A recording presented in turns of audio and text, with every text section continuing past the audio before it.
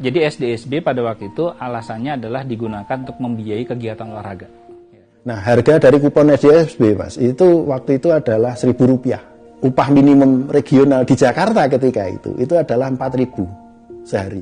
Jadi itu menimbulkan keresahan, sering terjadi percekcokan antar keluarga, sampai menjadi isu nasional waktu itu. Dibawa ke pemimpinan Senat Mahasiswa waktu itu adalah Mas Anies, mencoba menyikapi persoalan ini. Kalau nggak salah lebih dari 10.000 masa itu bergerak dari sini, dan di dalam perjalanan menuju ke DPR itu, masa-masa kemudian ikut juga bergabung yang tidak setuju dengan itu.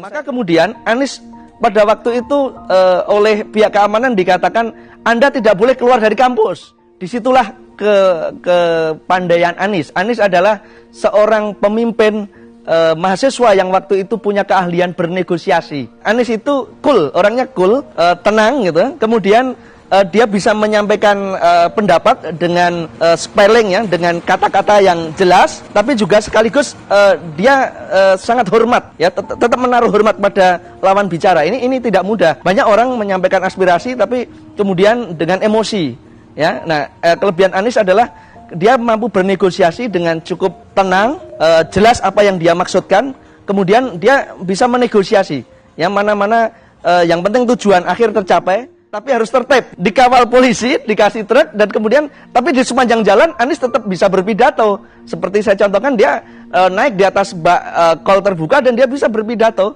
menggunakan megafon. Banyak orang pada waktu itu melihat bahwa Anies nih kayak, soft lah gitu. Ya. Tapi di lapangan kita melihat seorang Anies yang berbeda gitu. Dia tampil di podium, dia menggerakkan massa, ya.